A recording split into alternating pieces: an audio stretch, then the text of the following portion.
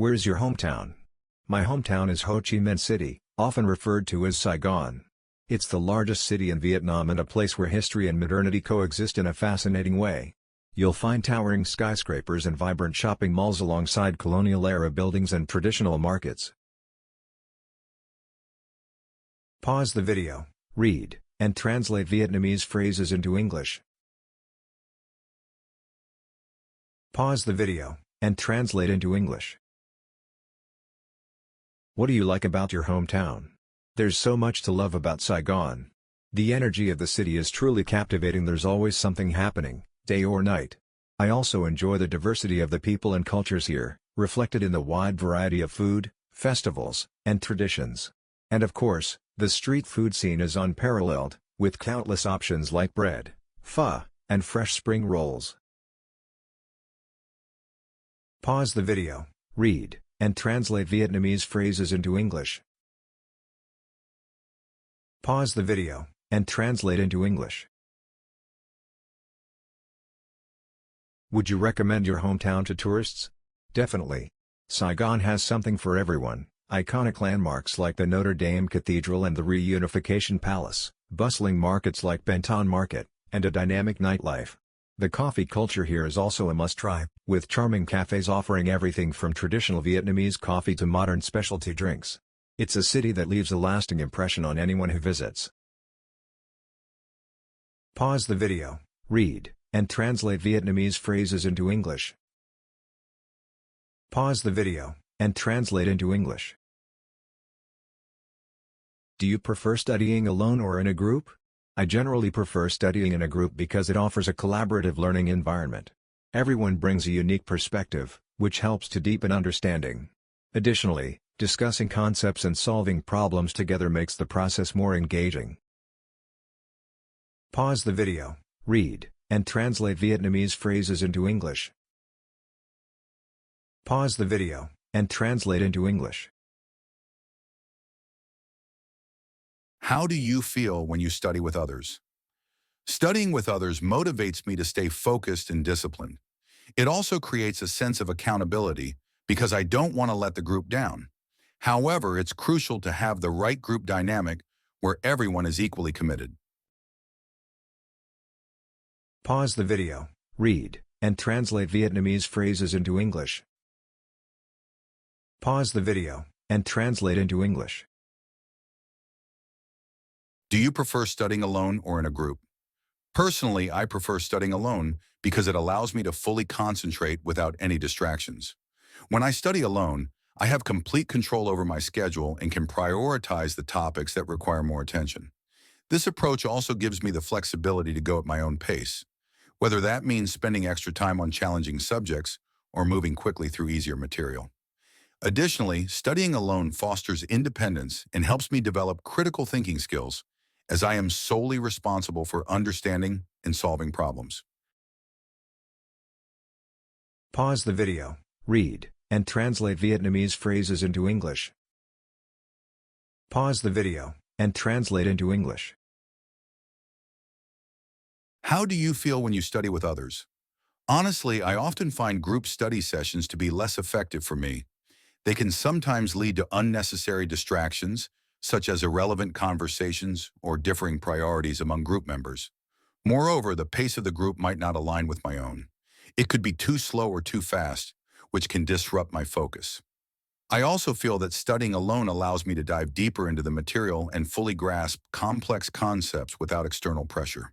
For me, the sense of control and self-discipline that comes with studying alone is far more productive and rewarding. Pause the video, read, and translate Vietnamese phrases into English. Pause the video, and translate into English. What is your fondest memory of childhood? My fondest childhood memory is spending summer holidays at my grandparents' house in the countryside. I loved running through rice fields, helping my grandmother cook traditional meals, and listening to my grandfather's fascinating stories about his youth. Pause the video, read, and translate Vietnamese phrases into English. Pause the video, and translate into English. Did you prefer outdoor or indoor activities as a child? I definitely preferred outdoor activities. I loved playing hide and seek, flying kites, and riding my bicycle with friends. It gave me a sense of freedom and connection with nature that indoor activities couldn't provide. Pause the video, read, and translate Vietnamese phrases into English. Pause the video, and translate into English. Part 2. Describe something important that you lost in the past. You should say what it was, how you lost it, why it was important to you, and how you felt when you lost it. I lost my notebook. What it was. The item I lost was a notebook that I had been using for over a year. It wasn't just an ordinary notebook. It contained all my personal notes, daily reflections, and creative ideas.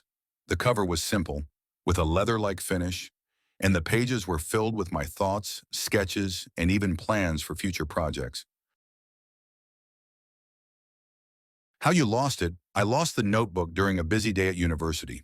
I had a packed schedule, moving from one lecture hall to another, and I always carried the notebook with me. At some point, I must have left it behind in one of the classrooms or the library. By the time I realized it was missing, I retraced my steps, but it was nowhere to be found. I even asked the Lost and Found office, but no one had turned it in. Why it was important to you.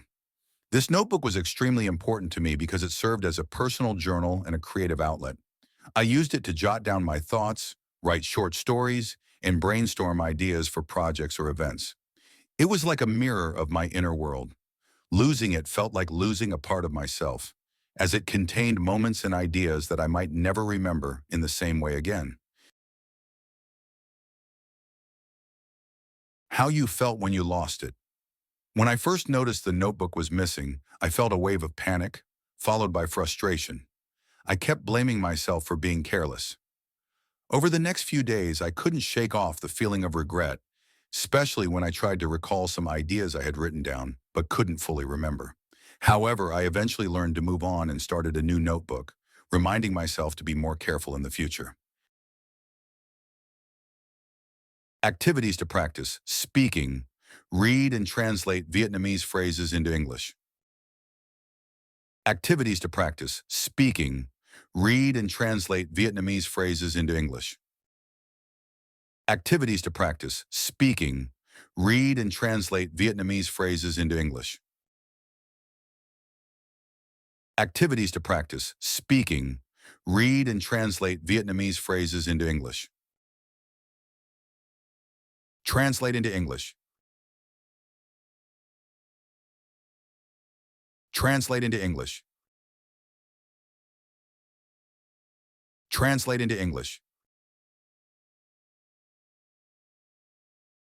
Translate into English. What kinds of people may lose things often? People who are naturally disorganized or frequently distracted are more likely to lose things. For instance, someone who is always multitasking might forget where they place their belongings because their attention is divided.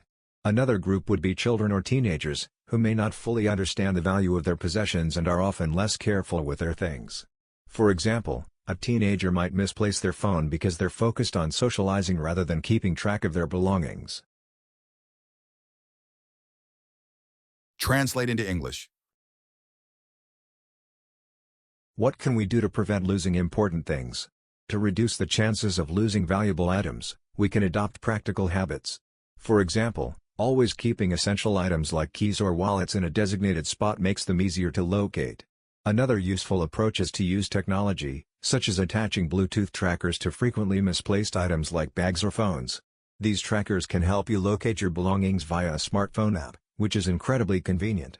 By combining organization with modern tools, it's much easier to keep track of important items.